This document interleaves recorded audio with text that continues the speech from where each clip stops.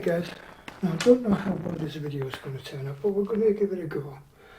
If I can find, because my eyes have been playing up a little bit. But we're going to give it a go.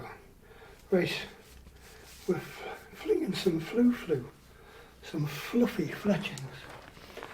Traditionally, these were used for hunting birds and wildfowl. And basically they're called flou after the old French word for fluffy, which isn't the same as it is today, but it's similar. Fleu or something like that, as it is or was. And basically they are constructed with either one or two helically wound fletchings around the end of the shaft, or with 6 or 8 straight, traditional style straight fletchings. And the whole idea of them is that it radically, drastically slows the flight of the arrow over any given distance,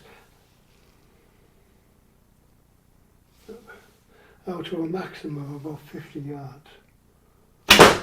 They won't fly much further than 50 yards, even in a straight line with a powerful bow. And the whole point is to shoot birds either sitting or on the wing, as in flying. And they were used with either a standard field point, target point type thing, a round point, or a truncated bodkin type thing with barbs, or a shrouded point, basically to stop the arrow going all the way through, that stick in the bird. So even if you just clip the bird, the weight of the arrow would pull them down to the ground. So you could basically retrieve the bird. But it also so you could retrieve your arrow if you missed as well. The effect of the flou fletching would be to slow the arrow down to such an extent that after about 40 yards, 50 yards, they would literally just stall and drop to the ground, so you could retrieve them. Because most of the time, the birds you're hunting are going to be things like geese and ducks, mostly found in wetlands and in marshy areas. And quite possibly, if you were good enough, you'd be hunting snipe. Now in England, snipe are fairly small wading birds with a long beak, which was used for making jewellery quite a lot of the time. And the birds themselves are about 8 inches long, about this big if you can see, and slightly smaller than a duck.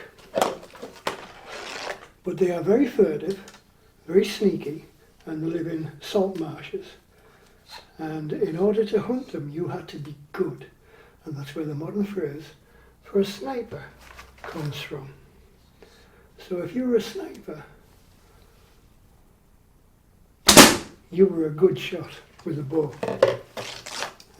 They were quite a delicacy, although there were no restrictions on who could eat them, but because they tended to be quite difficult to hunt, they tended to be quite well sought after. I've got that. I think we've got. This is the last one. So there we go. So now you know where the modern term sniper comes from, although I think probably quite a lot of you knew about it. Another use for these fletchings is if you're playing, well, modern game of popinjay or popingo or city, which basically you're shooting up vertically at a bird type target on a pole. Now that's meant to represent or recreate hunting birds in towns, villages and castles, where you're shooting them off the eaves and the gutters of the building. Again, had to be quite skillful. Anyway, so there we go, some flu fletching. Hope you found that interesting. Stay safe, keep swinging the sticks. That's also my first dozen of the day, by the way, as well. Anyway, see you guys.